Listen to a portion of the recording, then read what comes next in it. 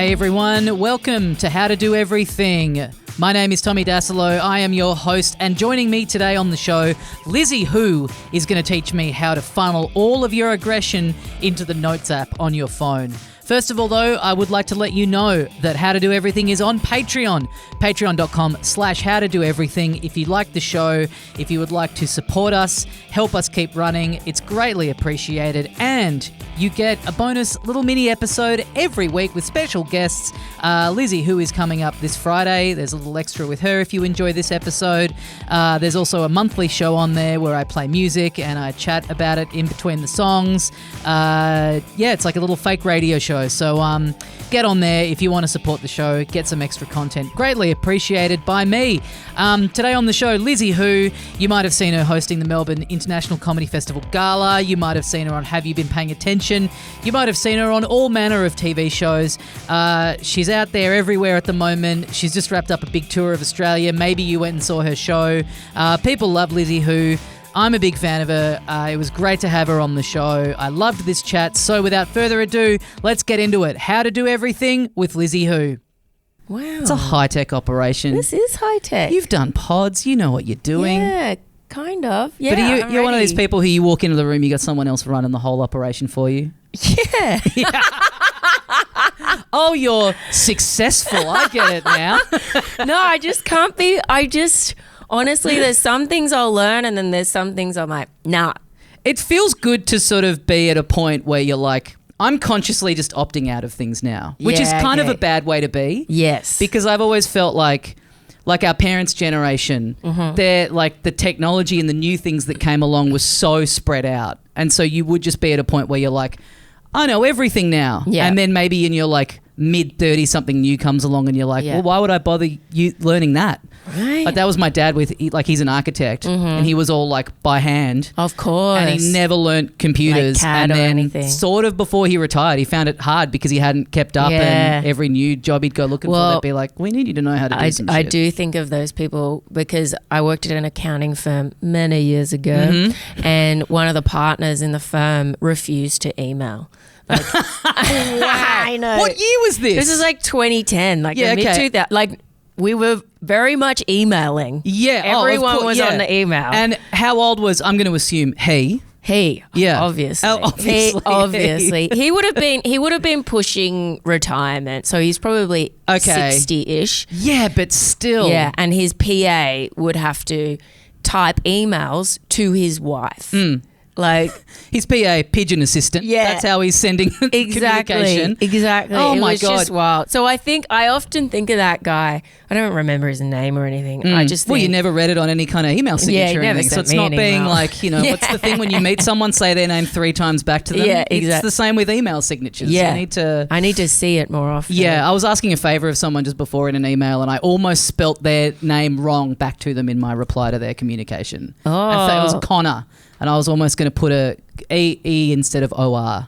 Oh. And I was just looking at it going, thank Christ I caught this. See, people apologise to me for spelling, because I spell my name with a Y, LIZZY with a Y, but often it's IE. My mum uses IE. Oh, really? I do not care. Yeah. Like, I honestly do not care. Yeah. People sometimes will use IE to me and I'm like, they're like, oh my God, I'm so sorry. I'm like, honestly. I don't really care. It's the same. It's the same. It's exactly getting the the name like completely wrong. Like you would have had, I feel like it's such a rite of passage in comedy/showbiz to get an email that's like, offering you a gig or a job or whatever. Yeah. And the name up the top is just wrong. And you're like, or they haven't deleted. Yeah, exactly. It's like, I'm the 4th choice. And you just did not even bother deleting the other person's name. I am not Jenny Tian. I'm not Bob Down. Yeah, exactly. Yeah, I've had that for sure. But yeah, I always really felt like, I kind of saw the effect it had on like my parents' generation to not keep up with stuff. Yes. And I've always felt like it's easier for us because stuff is constantly coming in. Yeah. That it's like you're forced to just be constantly learning on the ground. But then the downshot of that is that it's endless and you get to a point where you're like, I'm just tired and I can't. I'm sort of like my parents are calling me asking me for help with things and I'm like, I don't know what to tell you. I don't even know how that works. Yeah. I've started to opt out. Yeah. I don't know. There's things like I want to keep in touch with the concepts of things. Like I don't want to fall behind on the concept of like example AI or something. That's a good like point. that. Yeah. But the fact, like, actually doing it, like for me, like actually learning how to edit a podcast, I'm like, I'm good. I'm fine. I don't think. Yeah, you're right. I mean, you don't want to be like one of those people that's like, "What is TikTok anyway?" Yeah. You want to kind of know in broad strokes. The ticking, the talking. Yeah, I don't doing want the little dances. Yeah. Or, I don't you want to have a bit of an idea of like what you're opting in and out of. Yeah, you know, exactly. Like I wish I don't know. Maybe I don't know if this would be better or worse if I had kids like 15 years ago, and now I would be in a place where I would have like a teenager in my house that's actively engaging in the new things that would be keeping me up to speed. True. Instead of me having to be nearly 40 Googling like, now how do you make a reel? Yes. Although I don't think the teenager would help you. They would help you with like pop culture references, I think. Sure. But as far as tech goes, like, I mean, how often did you help your parents with tech? I still am. Like, honestly, constantly. Yeah, true. This is, you know what's so embarrassing, and like I feel like every 3 days I'm having to message Josh Earl to get someone in comedy's phone number because I'm trying to remember how this happened. So I gave my mum an old iPhone of mine about 7 or 8 years ago. Yeah. And I just had it linked to just my iCloud or just like my Apple account. So she wasn't getting any messages or anything through it. It was just because you need I had to download Uber or something for her. So I was like, I'll log into my iTunes account and download it off there or whatever. And then she got to a point where they were wanting to do their own stuff on it and get more apps and they couldn't do it. And so anyway, basically, long story short, I had to log out of the account on my phone, set a new one up for my mum, and somehow in logging back in on my phone, what it did was delete all of the numbers from my phone and transfer all of my mum's phone numbers onto my phone. Oh. So I lost everything, and then now I've just got like your mum's hairdresser friends. And like their accountant and like so every now and then I'll be going to text someone to do the pod and just be like, oh fuck, I don't have that number anymore, and I'm just always messaging Josh and going, it's still sorry, glitchy. me again. It's still glitchy. I have like a problem, and I have not rectified this. So my ex and I broke up like 2 years ago, but my phone, when I airdrop it from my computer, airdrop stuff from my computer. Oh, it's got his name? Yeah. Ooh. Yeah. And like early on in our breakup, he sent me a message going, hey, just so you know, I can see your notes. He could see my notes app. And what were he putting in there? Craziest shit. Like a comedian's notes app. Well, yeah. Ideas for bits that have popped into their head at 2 a.m. Yeah, right, that. Right. And then like I was dating at the time. I'm a big drafter of messages in the notes app. And oh my God. it was he probably could have found notes relating to him in there. Yeah. If you're in his position, what are you doing? Are you sending that message and going, hey, just to let you know, this is what's happened? Or are you just being like, that's so mortifying for them to know that I've been able to see it. Yeah. I'm just going to somehow work out how to like, I don't know, like extricate myself from it or just literally never look at it. I reckon it was the latter. I'd keep it silent. Yeah. You would tell them? I would tell them. Yeah, I don't know. And just be like, FYI, I know for a fact that like he's not that techie and he wouldn't have been able to like dive into the notes. Yeah. So were you able to then go in and like disconnect it or whatever? I deleted everything. And then I lost all my sick new jokes. Yeah. And like I was just inside. I was like, oh, I got to delete, and I just deleted the whole. The drafting text thing. I've been doing that so much lately. From if I had a couple of like sort of negative like interactions with people where I then would go home and it's always after a couple of beers and I'd just be stewing over it. Yeah. And it's my therapy is to just sit there and draft the email or the text that I imagine myself saying. Yeah. And in the moment I'm always like, no, I am going to send this in the morning, and then waking up with a clear head and looking at it and going, Jesus Christ! Why? Imagine sending this. It's like it's like a fucking novel. Yeah. And I'll sit there and I'll write. I'll go like, I'll go like the Nando's peri peri scale where I'm writing like 5 different versions where the intensity just ratchets up, where I'm like, this is the lemon and herb one, where I'm thinking like maybe I would like to sort of continue a relationship with this person in some capacity. And then I'm going like extra hot where I'm like scorched earth, never want to see this person again, don't care what they think about me or say about me.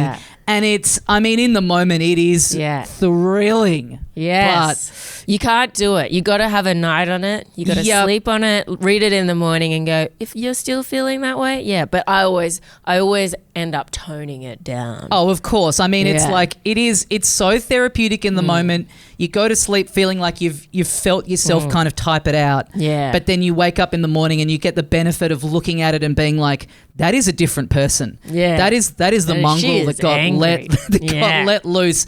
And thank God I'm not that person in my day-to-day life. I mean, agree. Really almost like what it's pitching is that you shouldn't drink, because it's like if that's when it's coming out, then, you know, you don't want to be the angry guy. Mine are usually not drunk. They're just like I'm really ragey. Yeah, okay. And then I have to sleep. So they're always when you've been wronged in some capacity? Yeah, or when I want to be confrontational. Yeah. I'm not like the best at being confrontational. And then I'll be like, you know, I wasn't going to say anything. Yeah. But it really means something to me. I feel like I'm like, it's probably so passive and nice, these messages. I feel like they all end with some version of have a nice life. You know what I mean? Feeling yourself give that sign off of like, I'm never going to see you again and I don't care. But it is, because otherwise I just sort of sit there, I lie there in bed and I toss and turn and I'm like imagining it in my head anyway. So it's like, just feel yourself, to feel your fingers type it out. That's and to just therapeutic. kind of cosplay as that moment. Because there is that, like therapists say, you know, say if you break up with someone, they're like, write them a letter. You don't give it to them, but you write them a letter to like sort of get out all this like unfinished business. Yeah, it's like an angry time capsule. I've been doing more. I mean, it's like, it's funny because lots of people in my life talk about the benefits of journaling. I don't know if you journal. I can't be bothered. I guess I know this is like the wrong way to think about it, but there's something about sitting down to do this writing exercise that is, especially when you're a comedian and writing is part of your job. It's like, well, no, I should be working on this goddamn book I've been saying I'm writing for 10 years. When they say, you know, you just do your morning pages or whatever, you just write it and then you forget about it. I'm like, if I'm writing, I got to get something I want there to be something in it. Yeah. Like, it's so hard to commit to any of those things that are for just like pure mindfulness, betterment, without also kind of thinking, but maybe I'll stumble across it. Maybe I could read through the journal in my show next year. Well, the idea of like getting up and doing meditation is more appealing to me than like, yeah, of course, because that's nothing. There's no like, but like my fear about the journaling, and of course this is so common, is that someone finds the journal where you've just been letting it rip. Oh my God. But then I've got these like fucking, you know, basically death threats in my notes app of my text messages that I've drafted at 1 a.m. And that's the same thing. Anyone could. It's probably linked to my mum's phone for all I know. She's getting, you know, so I don't know why I have to let go of that. That can't be the only reason to not journal, but I don't know. Go for a run. I walk the dog. Yeah. Don't get up. Stop using your phone in the morning. Yeah, that's a good point. Not that I do. That's a good point. But that would be a first step for me. I've been like something that I did a couple of years ago and I got a friend to do recently was you get to the end of the comedy festival and however you're feeling, you write that down and you kind of file that away. Yeah. And then especially if you felt like you've had a bit of a hard run, right? Because you always forget when the registration's open the next time around. You're like, how fun's the comedy festival? And it's like, here's you on the final night of the last show and how you felt. And if you can read that and feel like, okay, that's actually good to know. I can prepare, I can protect myself against that. Yeah. Or you read it and you're like, actually, no, I don't want to go through that again. It's the most mentally really taxing month. So it's like, doing some form of journaling that is for like a time capsule, look back on it in some way that might be beneficial. Well, I wrote myself a letter at the very first show in Perth. Oh, yeah. I don't know why, but I found it in my notebook. Yeah, I forgot right. that I had even written it. Yeah, but I okay. found it in the last week of Melbourne. Yeah. And I read it every night because I was like, because you're in the depths. The last week you're like, I'm getting through this. I'm in the I would trenches. imagine you would look at that letter from the first night in Perth, which is not that long before, No. like a couple of months before. Yeah. You must have felt like you were reading a note from you at like age 10. Right? Did you feel yeah, like I felt, I was like, "Who is wow, this?" this was so long ago. It was like about saying like, you don't know, like, oh, I didn't know the show. I'd written, like, it was like, you just did what you could. Be proud of that. It was like, it Were was you actually, it writing was it like with a the hype aim girl. of reading it back? I don't Or just think to- or so. just to I think have- it was like to get the thoughts out in the moment, but then I rediscovered it. Yeah. And I was like, yeah. Yeah. And I think the sign off was like something that me and my friends' kids say. It was like, get it, sis. And I'm like, yeah, get it, sis. Yeah, I feel like that's when, like, I've done things of journaling where I'm like throwing Yeah. in, I'm like trying to be funny when I've like done bits of it, Yeah. and I'm like, who am I talking to? Yeah. Am I assuming that I'm going to look back at this at any point, or because there's two ways of doing it, right? There's like doing it to get the thoughts out, like the angry Yeah. text message thing Yeah. is purely about just purge it from yourself. But then there's like, I like this idea of journaling that is like, it's a little thing Yeah. for you to look back on later Yeah. in the run or next year when you go to do a run that is really Exactly. helpful. I think it's helpful. Yeah. Like, time capsule journaling. Maybe Because this that's kind of what we ties into do. something that you mentioned that you've been doing with your friends for Oh, a little yes. bit. But what I thought about when you brought that up was that I need to get back into this at the moment. Like I'm very much a seasonal depression girly. Like I'm feeling it, even though it's still warm. Yeah. It's just the like getting dark earlier. I just really start to feel it creeping in. Yeah. And it's so basic, but just getting to the end of the day and writing out 3 good things that happened in the day. And they can't be Yes. work related. So it just has to be Yes. like, had a delicious Yeah. cookie, Yeah. went for a run again, Yeah. whatever it is. And it's Yeah. like, it's very jarring at first because I feel like maybe the first couple of days you do it, you're like, fuck, it's really hard to think of 3 Yeah. good things from the day. Yeah. That's pretty bleak. But then Yeah. what that makes you do is get up the next day and go, Yeah. I have to actively look for them. I have to Yeah. make sure I'm putting stuff into the day. Interesting. But that's kind of, again, that's just a writing it down for the sake Yeah. of writing it down. And then sometimes you look back on it in a month's time and it's like, wow. Like Yeah. literally it's like, had spaghetti for dinner. It's like, Yeah, is this a you go, 5-year-old's Tommy. diary? Go. Went to the movies. Yeah, hung it's out just- with my friends. It is the most basic stuff like that when you're in that sort of doldrums, it does pull you out. But when you look Yeah. back on it, it's like, wow, this is all it takes. Yeah. This is a It really child's is. life. Yeah. Yeah. I do this thing, and I think I read this in do you know Julia Baird? She's like a journalist. She's written yeah. a couple of books of like, they're self-help, let's say that. And but she has Phosphorescence is the first book, and then the next book is about grace and being graceful in life. And I think in that book she talks about how, like, and I do this before when I'm trying to sleep and when I'm going to bed. I think it's like a Jesuite thing, which Okay. is like so holy. Yeah. And you go back through the start of your day and you recount the day. Yeah. And then you notice when God, I'm not godly, but this is a God thing. Hey, yeah. When God may have been in that day. Oh, interesting. Yeah. Yeah, I like that a lot. It's really cool. Like, I never finish the day. It puts me to sleep. I usually Turns out God's fucking boring, dude. yeah. He's But- bombing. Yeah, but you might think like, oh, I went for a walk. Oh, I remember like a beautiful bird song or something like that. You're Yeah. like, and I'm like, God. And then like, I'll Right, move that's on. so interesting. Yeah. I do because I really like the idea of engaging with stuff like that, and I think like Yeah. we're very lucky in what we do in that it's it's Stupid. fun, it's social, it's stupid, Yeah. and for me, like when I try and do that stuff, it's always got to be like you can't count work in it because like that just kind of feels like.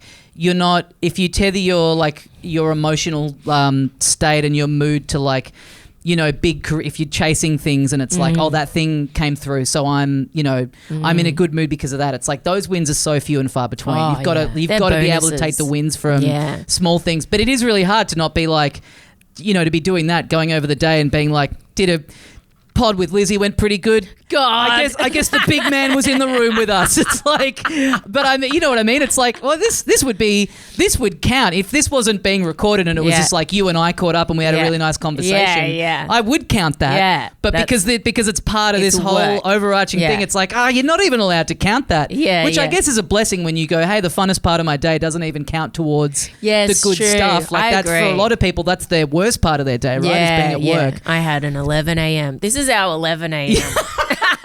Literally.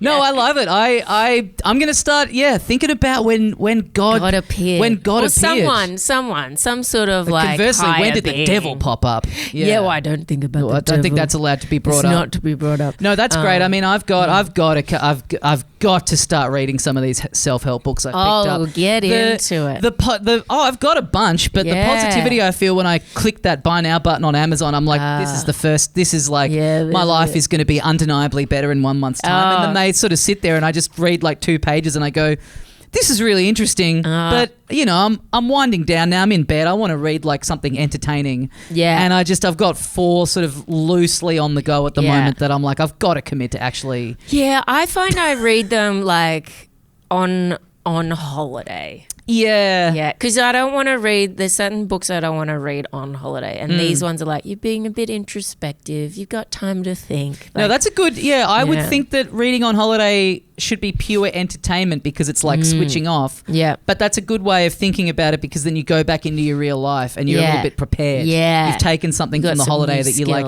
you can go back in instead of being like, Christ, back to the fucking grind. Yeah. Back to more 11 a.m. podcasts in my brutal life. But yeah, I'm so like, because most of those books, they really start out, they get you right in. There'll be like something in the introduction where there's a little morsel. Yeah. And I take that, I'm like, fuck, that's so interesting. Yeah. And then I feel as if I've read the whole book. Yeah. Like, okay. And then I'm telling everyone like, I've been reading this book and they actually say this. And really that's come up on page 2 and I haven't read any further. Yeah. And I'm like preaching the Bible of this book as if I've read the entire thing. Life. Cover to cover. Yeah. That would be a good self-help book. It's just the first 2 pages of about 50 self-help books. It sounds like the Bible. I guess like that's really all it is. It's just like different authors. Yeah, maybe we're on our way to becoming religious and we don't even know it. Yeah. Oh. In another time we would have been, you know, like totally. I think that's all it is anyone like around our age just looking for some kind of like answer and guidance and community. Well, that's which why is we're like, all into star signs right now. Right. We're looking for something. Yep. Some sort of like explanation about why this week was so terrible. I know. Have you been doing any of that? I don't mind it. I think that's probably one of my beige flags. I mean, I believe in aliens and shit, so I can't be there going like the stars have no effect over. I mean, the stars and moon, they've been around forever, and I feel like it has. Yeah, it is kind of freaky in some ways. Like they affect they affect the tide. They affect animals, our bodies. Why would there not be some kind of? Yeah. I mean, I had like a 4-day stretch recently where it was like unbelievable the amount of stuff that went wrong. Easily the worst 4-day stretch I've had. Was this last week? Crazy. No, this was a couple of weeks ago. Yeah. Just a couple of disputes with people, some family drama, some health stuff, capped off by getting to the end of the weekend and I was going to go out. I caught up with a friend. I was going to go out afterwards and I was like, no, you know what? I had a nice catch up. I'm gonna get out while I'm ahead, knowing the way that this weekend's been. And then I get home. Dog had diarrhea and had shit all over the living room.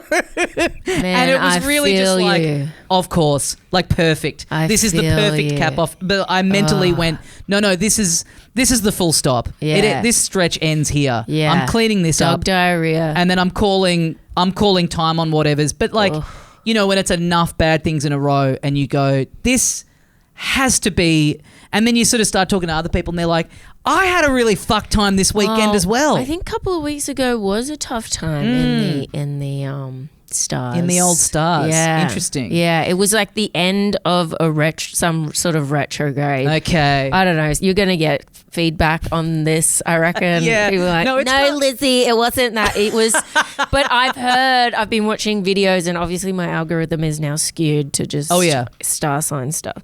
And this lady came on, she's like, the next few months are going to be easy. Everything's going to feel easy. So we're in it. You just described your social media like a boomer watching TV. This lady came on. I don't know. Some you lady. clicked on her. She didn't just come Yeah, on. she's in my feed. I know. I sound like They my had mum. this woman on Instagram and they interviewed her about this. I sound like my mum. Mom's always like, oh, they always send this stuff. I'm like, they're not sending it. Yeah, no, that's interesting. I mean, it is. But also, I don't feel like I need to get too into it. Literally just hearing someone go, oh, there's been something going on with the stars. I'm like, all right, that's enough for Thank me. you. Everyone feels bad. Well, unfortunately, that has made me feel a bit better. Yeah, I think I'm sorry to say that other people's misery has boosted my mood a little bit. But so tell me a bit about this this bingo card thing that you and your friends do, because I'm so interested in this. Yeah, so the bingo card, it's something that we sort of started maybe a couple of years ago. And so you get we make it on Canva. I think I sent you the template. You sent me the Canva template. Yeah. We make it on Canva, guys. We're all millennial women. You sent me this thing and you're like, here's this thing that me and my friends do, and then I open it up and it looks like some open access, like template. I'm like, this isn't yours. I know. Oh, it's someone in the group has made it. Oh, someone in your, okay, right. Yeah, so it's got the same rules, but in that one there's only 24 squares. Okay. In my personal one, I have about 40 squares. Oh, okay. And I don't have, so it's a bingo like squares on a template. I think I have 40 squares, right? And then each line is a category. Mm-hmm. So it'll be like work, and then I'll have goals for work that year, and that might be like, for example, start a podcast. Something do Tommy's like podcast. That. Do Tommy's podcast. Tick, did it. I'm bang. No wonder you said yes so quickly. Yeah. Fuck yeah, this is my last one to get that line. Exactly. And then there's like money stuff, you know, home stuff, whatever you want, basically. Hobbies, holidays, anything. There's anything in the squares. Can be anything. It's got to be measurable and accountable. Yep. Can't just like. So it can't just be like. It can't be some vague thing. It can't just be like learn Spanish. Yeah. You know what I mean? It's got to be like book into a Spanish course. Sure. You know, do some streak on Duolingo. Something like that. Something, it's got to be like attainable. Yeah. Go to Spain and be talking frequently. Be conversing over there or whatever. Exactly. So it can be anything like, honestly, mine can be, it's like so boring, some of it. It's like, get new carpet. Yes, Lizzie. But then like one of the girls in the group, she had on hers last year dance at Carnival in Rio. Okay. I mean, we've all got aspirations and dreams. Mine is like, get new carpet. She's like, I'm going to dance at Carnival. Was there anything in the ether for her suggesting that was like, you know, on the horizon? Or did she just put something in there that was like completely, you know? It was that she has a line that's like, you know, big, sort of like big dreams. Yeah, okay. And sometimes big dreams might be like run a marathon. Yeah. You know, something like that. And that was one of her big dreams, and she did it. And we were all like in the chat, because there's a chat, obviously. Yeah, of course. In the chat, we were like, yeah, go girl, yeah, this is sick.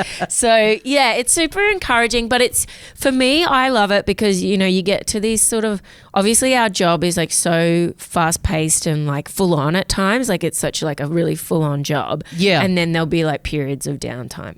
And when it's the downtime, I consult the bingo card. I'm like, what am I doing? I like that a lot, especially, you're right. Like you do the festivals and you get into that vortex of like time just disappears. You have to be so like tunnel vision about it.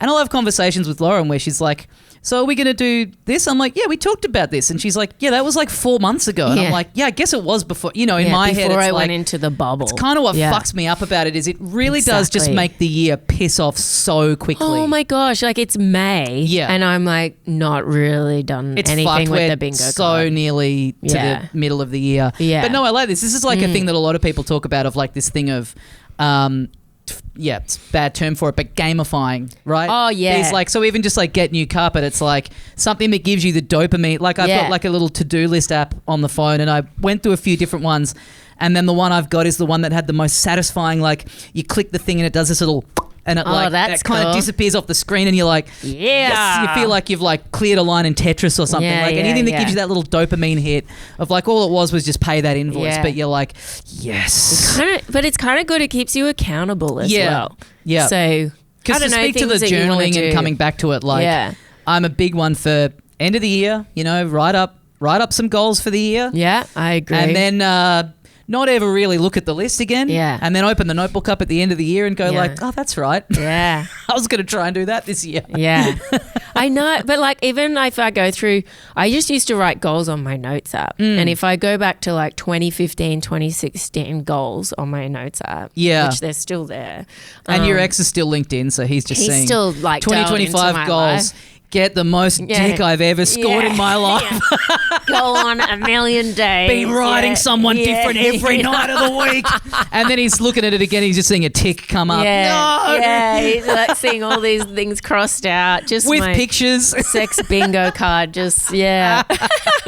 Yeah, no, I love it. I might, now that I've got the template, I might get in on it. No, seriously. Yeah. Use and it. so are you looking to, so you've got you've got like the lines where you've got the different, Yeah. and so what you're aiming to get is there anyone getting into the group? But it's more just like some people do like, you know, the true sense of bingo. They'll get a line and then there's a reward. But for me, the whole reward is actually just doing the thing, yeah. Because they're pretty, some of them are pretty fun. It's like one of mine is like go to 5 gigs, like as in concerts. Yeah, not your own. Not comedy. Shows that you're doing.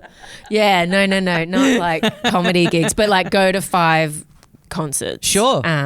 Yeah. Yeah, those things that are easy to like forget to engage with. And again, the like seasonal depression thing last year, I just was in this real funk. And I know this is like such a like just old boomer man approach is just like, have you tried just feeling better? But truly one day I was like, you know what?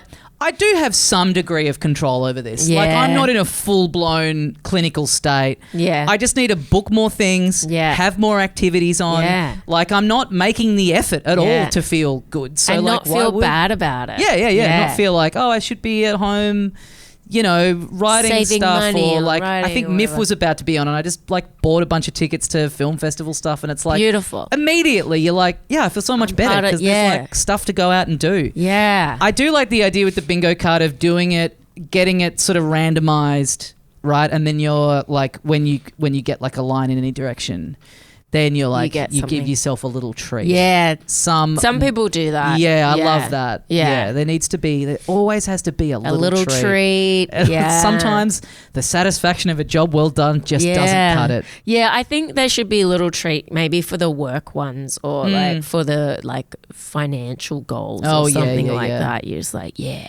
Well, the financial goals one, I guess, is like you're not broke. It's its own reward in a lot of ways. Yeah, that's true. That's true. So how are you going with the 5 concerts? Have I? Yes, I have got one booked in. What have I seen this year? Oh, one I had to cancel because I was in Adelaide. Oh. Well, I'm so sorry to hear. I did go to, this probably doesn't count. I did go to Laneway this year, but I was working. That doesn't count. Well, what were you doing? I was performing. No, I was doing this stuff for Air Asia. Which and then I had to. I saw that. Vox Poppy sort of things. Yeah, okay, that it was count. pretty. I'm sorry to say. It doesn't count, but it was pretty fun. Gig. But I'm going to the Sigur Rós. MSO. Thing. So that's like in a couple of weeks. So that's one. I'm sure I've seen another. Oh, I went to Jamie XX. Oh yeah, that was so this did I. year, right? Yeah. At the Picker. Yeah. What a weird venue. What a great venue. What great venue. Hard to get home. Horrific to get home from. Jesus Christ. Yeah. Like we were out the front and we were like, okay, this is like packed. Yeah. Let's just you know what? Let's just go have a drink somewhere and wait out the Uber rush. Yeah. And then you look on maps, it's like, oh, there's not even a bar near. There's literally nothing nearby. Yeah. There's fucking nothing. horrific. Like I walked for about 20 minutes, then I called an Uber. Yeah, I was yeah. like, okay. We walked for a bit. All of a sudden, we're out the front of the Vegemite factory. It's such an odd place. Like, Yeah. who else did I see? I saw the Smashing Pumpkins there. Oh, at Picker? Yeah. Wow. I thought it was just mostly dance music that they had Yeah, there. it was actually really freaking cool because they had Billy Corgan's involved in wrestling. Mm-hmm. He owns some wrestling league or something, and he brought out all these wrestlers and they had wrestling demonstration outside the warehouse. Oh, okay. So in between acts, because it wasn't just the Smashing Pumpkins, it was like Jane's Addiction, Smashing Pumpkins. Oh, sure. It was, and then Amyl and the Sniffers. Like it was like, it was great That's a value hell of for a money. lineup. Yeah. It was like, I was like, this is the most 40-year-old woman. It really is. Just a great value for money. Some kid chewing his face off out the front of Jamie XX. You're just like, actually, when you break down the number of songs he played, really good value. Really great value. Drinks were really reasonably priced as well. Yeah. No, I think I drove to that. Yeah, I wished I'd driven because I'm trying to get my way back, and it was hard. There's like shuttle buses to the city. There's no shuttle bus. I just can't imagine anything. There was a bus. Did you see one? I saw a bus. You saw one? Because I waited for the bus. I'm like, this is a fraud, because I thought they're just putting in this shuttle bus thing to appease the authorities. There's no shuttle bus. No, I'm pretty sure I saw a bus. I certainly saw people lining up for a bus. Yeah, there was never. But then what's the scam? People just line up for an hour and then they're like, there's no bus. Yeah, they just there's no bus try and get it was. over the line with workplace health and safety. They're like, yeah, we're doing buses. Yeah. We're doing it. And then there's all right, so even those people lining up for the bus, they're plants. They've been hired to make the whole thing look legitimate. No, they fell for it. Yeah. I know. But I love that venue. Great venue. Yeah. Hard to get home. Yeah, really hard to get home. Yeah. Really just made me wish the gig had been in the middle of the city. Yeah. Sort of near my house. Exactly. So I could have walked home. That would have been great. Yeah, exactly. I reckon I've done 3 concerts. Okay. Yeah, I went to that free kneecap concert. That counts. Oh, yeah, that would have been great. Yeah, that counts. So you've got, wait, 2 to go. You're in Maine, you've only got 2 to go. I've only got 2 to go. Fuck yeah, dude. I'm That's killing awesome. it. That's awesome. Killing it. Anyone on the horizon? Well, I need to look up different, like I haven't seen anyone. You know how Spotify recommends people? I haven't seen anyone for a while. You should take a complete just like throw a dart at the dartboard. Someone that you've heard maybe like a song or 2 of. Really go out of your comfort zone, I think. I know. I'm in that millennial trap of just going to see like nostalgia acts. Well, I mean, it's really, and I mean, you would have this. You really do feel like you're going to be young forever, right? And then in this last like 2 years has been like all of the stuff that I was into at uni, doing these like 20-year anniversary tours of like Block Party and Interpol, and it's like, I mean, I kind of would like to see that, but that just feels like an admission of like, I went. You know what I mean? Oh, I went. Which one, I even went to Brisbane to watch it, which is my hometown. I went and I called up the person that I saw Block Party with in 2004. Oh, yeah. And was like, we're going to this concert. Yeah. And she was like, yeah, let's do it. Yeah. No, because they played together. Oh, yeah, of course. Yes. Yeah. But Interpol was great. Like they played all their songs that we all knew, and we were like, great, thank you for this. Block Party refused. Oh, really? And that's why I think, well, they're coming back this time. They're doing that album in Silent full. Alarm Yeah, tour. okay. Yeah, and are you going to go to that? No. I'm like, no, I saw you guys last year and you refused to play all those songs. Right. So you don't want to give them the satisfaction of the marketing ploy working out. Yeah, exactly. I went to one of those like a couple of weeks ago. Actually, previous guest of this show someone from a band who did a 20-year or 21-year, I think, by the time they got here. What band? They're a band called Death from Above 1979. They're like a Canadian punk band. Okay. And they played the full album from front to back in the same order, which is funny because a lot of those songs are like probably if they were playing a bit of everything, they would close with some of those songs, but they're just opening with them.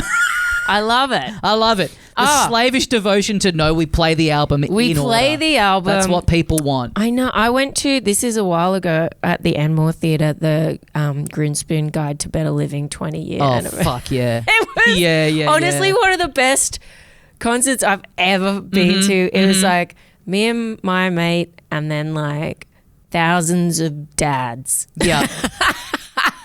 Yeah, sick.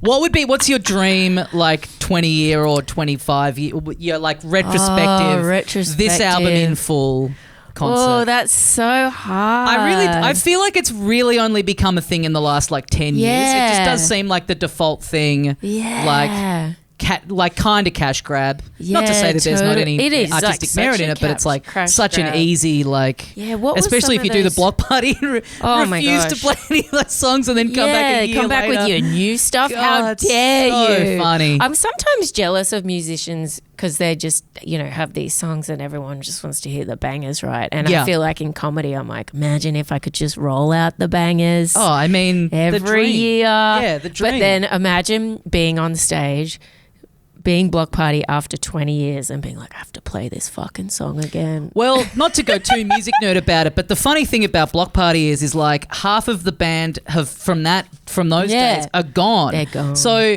for the new people in it, it's exciting to them. They're like, yeah, we get to play Banquet. Yeah. We love this song. Yeah, exactly. We were fans back then. Yeah. And Kele's like, no, we don't fucking play Banquet unless they've paid specifically to hear Banquet. Yeah. Okay, I know the album. I'm thinking I would play. Were you an Ash fan? Girl from Mars? Not really. I would get that album start to finish. It has to be an album I know completely. Yeah, that you want to hear start Regurgitator to finish. Unit? Oh, well, I went to that. They did that. They did that? Yeah, they did that a year ago. I missed that. Yeah. Damn it. That was great. Yeah. I went with Josh Earl. Aforementioned Josh Earl. Yes, Josh Earl and I were at the Weezer concert. Oh, yeah, me too. Yeah, you were also there. Okay. Yeah. That was every white man over a certain age in Melbourne was there. I know. I was like, I didn't realize how nerdy they were. Like in school, when I was like, yeah, I love Weezer. And then when I was telling people that I was going to and they're like, of course you are, you nerd. And I'm like, no, man, I was cool. This was a cool thing to be into. Yeah, I thought they were cool. They have a song called Hash Pipe. Isn't that cool? No, Rivers is a big dork. He's a big old But nerd. how cool. That was one of the best things I saw, I reckon. Yeah, I went. I got a free ticket through someone, actually. I'm not super au fait with them. Mm-hmm. I will say it was a great show, even as I knew some of the big songs. I haven't really, because they kind of seem like a hard band to get into, where people are like, these first two albums great. Even the hardcore fans are like, what have they been doing for the last 10 years? Oh, yeah. They didn't really play that much of the new stuff. But those I was with two real heads who were like, a song would come on and they would be like grabbing each other, being like, I can't believe we're getting this. And then they're like, they're like Googling, how long's it been since they've played this one? I was like, okay, this is exciting to be around. This would be me like dragging someone to Jamiroquai and being like, oh my God, fuck, Jamiroquai. he's playing stuff from Emergency on Planet Earth. I can't believe it. That would be cool. That would be my one. Them playing either one of their first two albums in full. I would fucking lose my mind over. Oh, yes. I that would be good. Do you think? No, well, he did last. He came to Adelaide. I've talked about this on the show. He came to Adelaide last year and I couldn't go because it was my mum's birthday. But I was, really, really crushed. Okay, so he's still around. I would love to take an interstate trip to go and see a band. Exciting. Yeah. Really exciting stuff. Yeah. So let's get into a couple of things that you highlighted in terms of not knowing things. Okay. Because you mentioned that you're one of these people who had like a good real job before you got into comedy, and you're like a very like organized professional person. Yeah, in a job sense. And I feel like in my regular life, I had to learn to be organized. Right. So when I got a job, I'm not like much of an organized person, but when I got a job, I was making so many mistakes. Okay. To the point where my managers were like, you need to like learn how to organize your shit. How do you mean? Like in what sense? In what sense? Like I worked at a magazine, right, in Brisbane. That was one of my very first proper jobs. And I was an editorial assistant. So I used to write, but I also used to have to do some, back end like design stuff, just like bit of everything, sort of an all-rounder sort of person. Yep. And one time I remember I had to go in and change a design file and I put the wrong, this is on an ad, I put the wrong, for different hotels, and there was like a list of hotels, and then I put the wrong phone numbers for each of them. And so like completely, and then it went to print. Right. And I got in so much trouble. I didn't get fired, but they were like, they basically said, if you can't do that, then like, why are you here? And there I was really is nothing like the humiliation of hell. like, sometimes things go wrong and it's a bit of a group, you know, it's like a bit of there's like a chain and it's like, look, we all fucked it. But when it is like spotlight on you, undeniably, you and you alone fucked this up. There's nothing like that feeling. Me alone. And did I fuck? From that point on, I had to, like, it was my job to check every phone number and call it in any publication that we did. Yep. It was so bad. Like, I learned my lesson, but I had to really learn like how to be efficient at email and all of that sort of stuff. Right. And just to get stuff done. And I guess it's been a good skill. Yeah. Because that's the thing. That is the trick. That's the kind of the hidden sort of, trick of being a comedian or any kind of artist, right? Is that you get into it because you're like, I'm not good with any of that stuff. This is what I want to do. But the hidden thing is that you actually do need to be. There's so much. You need to of have it. It's constant. Yeah. There's so much admin involved. Like, I always think that with comedy, there's so much. Like, you know, even you're on Canva, you're trying to do stuff, you're sending files, like you're all that doing sort all of this stuff. extra shit. Yeah. And then all of a sudden, the actual writing of the material for the gig is like kind of an afterthought. Yeah, it's like a kind of a small percentage of what you actually do. Yeah, 100%. Yeah. That hour on stage is like nothing out of the day, really. Yeah. But I'm so fascinated in the things that you highlighted, your failings. What did I say? Being on a quiz show recently. Yeah, I can't really say which one. Okay. But you'll figure it out. Okay. It's a new quiz show and you film 5 episodes in a day, right? Okay. Yeah. And it's just general knowledge-y sort of games stuff. Yeah. There's a hint. It's games. Yeah. And I am not good. I'm a real, this makes me sound like a real dumb bitch, but I'm a visual learner, okay? I gotta see it, then I can do it. I was the same in anything. I used to play a lot of hockey. If we did a drill, I'm like, I gotta watch this play out. I can't just go off your instruction. Yeah. I gotta see it and then I can do it. Yep. And this is the same with this games show. They're saying the instructions. I'm like, what are you talking? Replace this word, whatever. And of course, you do 5 episodes. Yeah. By the 5th episode, I'm like, I'm good. Yeah. I got this. But at first, I was like, I don't know what you're talking about. I don't know how to do this. And then I also didn't know a lot of the trivia. You got to be one of like.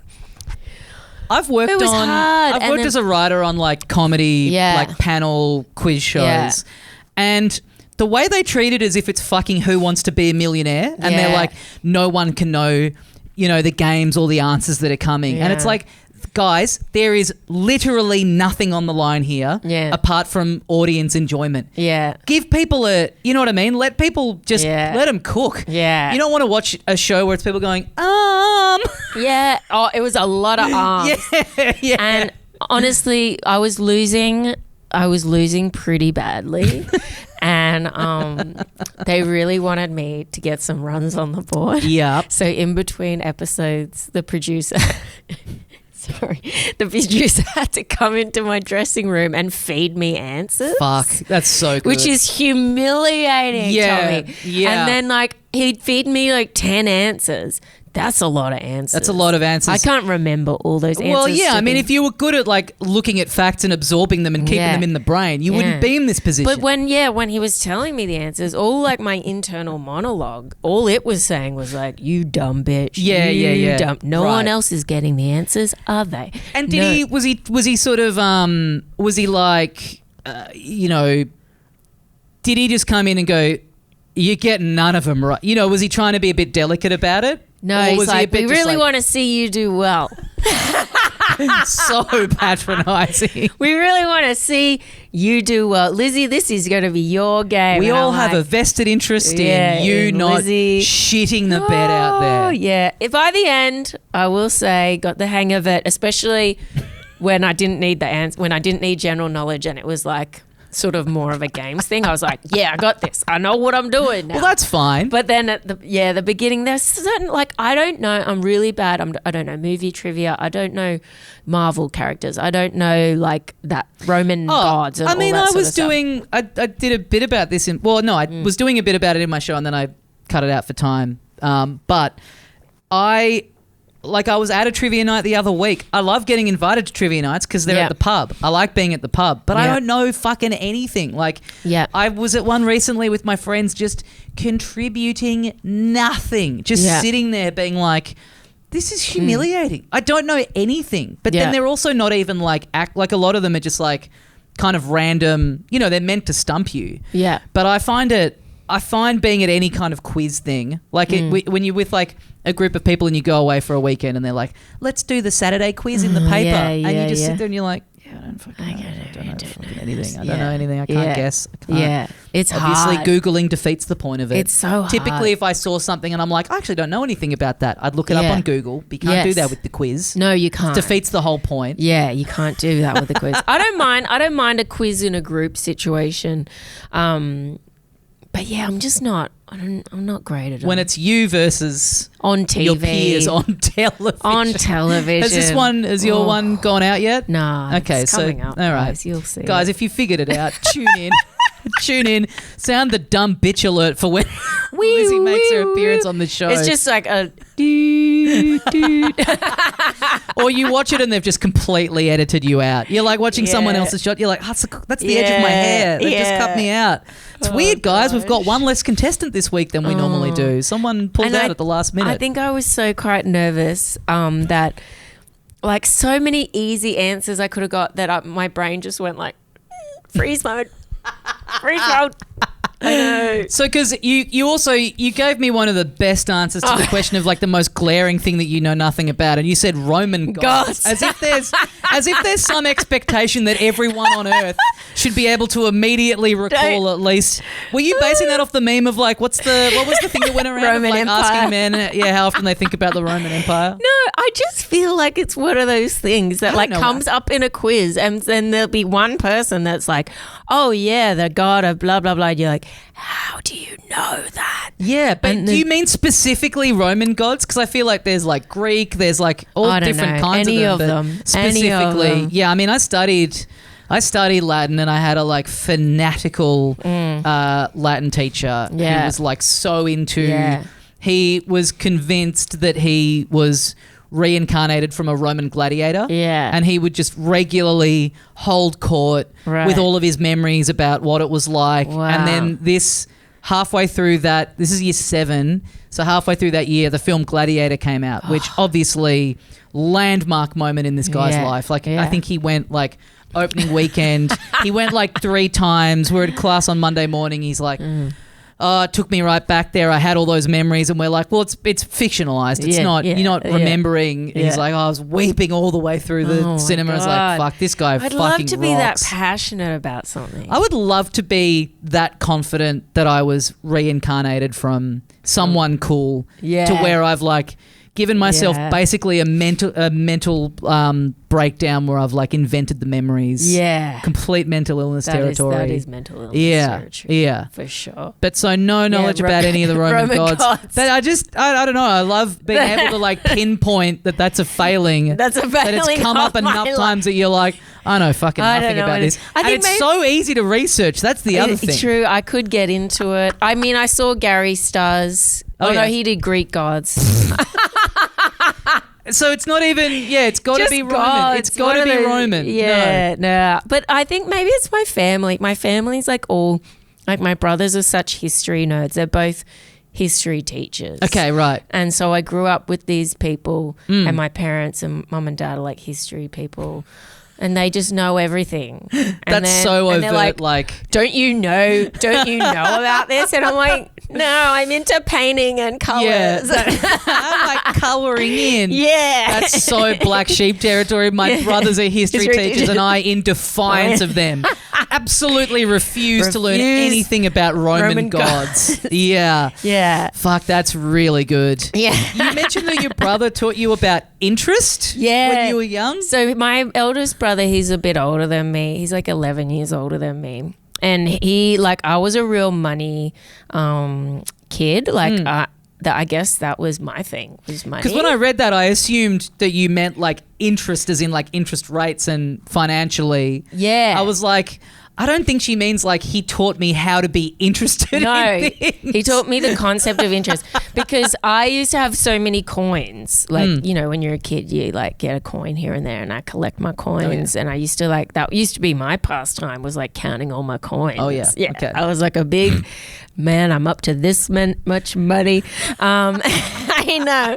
Squirreling away. Yeah, squirreling. Yeah, And, what amount do you think you got to? I probably got in, this is in the 90s. Like I had a few jobs on the go. I used to iron my neighbour's shirts for work. I used to wash and vacuum his car. Like I had a lot of jobs on the go. What age? I'm talking like, well, the interest thing was quite early on, but all through primary school, I used to wash and vacuum my neighbour's car. At one point in primary school, I made my mum drive to Rockley Markets, which is like the wholesale fruit markets in Brisbane, and I made her buy wholesale fruit and veg, and I set up a vegetable store in the front, on the front of the house, and I made the neighbours come over, and I had my own veggie store, guys. I was thinking about this the other day. I feel like a fair few times over summer I would walk past a house where there would be kids doing the that was classic lemonade stand out the front. Boring. But you walk past and you're like, I never have cash on me. I don't have any coins or anything on me. And I was thinking like, I reckon maybe in the next year I would bet that I see my first child lemonade stand with a square. Yeah, you got to get a square. You got to go easy digital to set kids. up kids. Get the parents, have it linked into their PayPal account. They can withdraw the cash. They can give it to you. But I was like, kids, you're missing a trick. I'd love to get some dog shit lemonade that I don't drink and tip out as soon as I'm around the corner. Yeah. But I don't have a $2 coin on me. So my brother, he was a bit older and he would catch the bus to his job, and he would walk me to school, and then drop me off and then catch the bus. But he would never have any coins. So for the bus, and he would ask me, he'd be like, hey, can I get some bus money from you? And then he'd be like, I'll pay you more this afternoon. Oh, yeah. And he's like, this is what we call interest. and then I learned, I was like, yes. And I was a loan shark. I was running like 100% interest on my 100% bus money loans. Yeah, we had a kid at my school who was like, parents just did not give a fuck. He like always had so much money on him. Yeah, He would be at school with like $50 in cash, like for the tuck shop, which for that age is like crazy. Yeah. And so we'd all be like, asking him to loan us money for the tuck shop, and he had a little interest racket going. Yeah. But he just was on this wicket with his parents where he just like, most of us or like heaps of people in the group would like never pay him back, and it didn't really seem to matter to him at all. But then he would just go like, hey, if you wanted to like borrow more money for another big M the next day and you hadn't paid him back yet, it's like, well, now the interest is going to be like... The interest is high. You borrow $1.50, you pay me back $3. I reckon there's a couple of us who by the time we finish school, we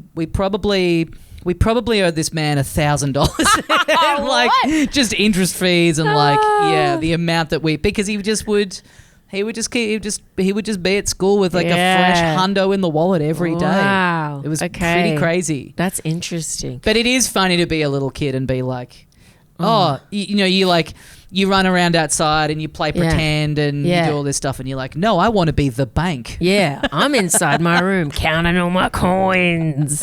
Collecting coins, like when you were young enough, when you were like really young, and when you would crack like say $10, you felt like, this is huge. This is I can't conceive of anything that costs any, because all you want money for is like can of Coke, some lollies. So $10 is like, I can go into the milk bar and get literally anything I want. I was saving up. You'd save up for your big ticket items too, like a CD player or a CD or something.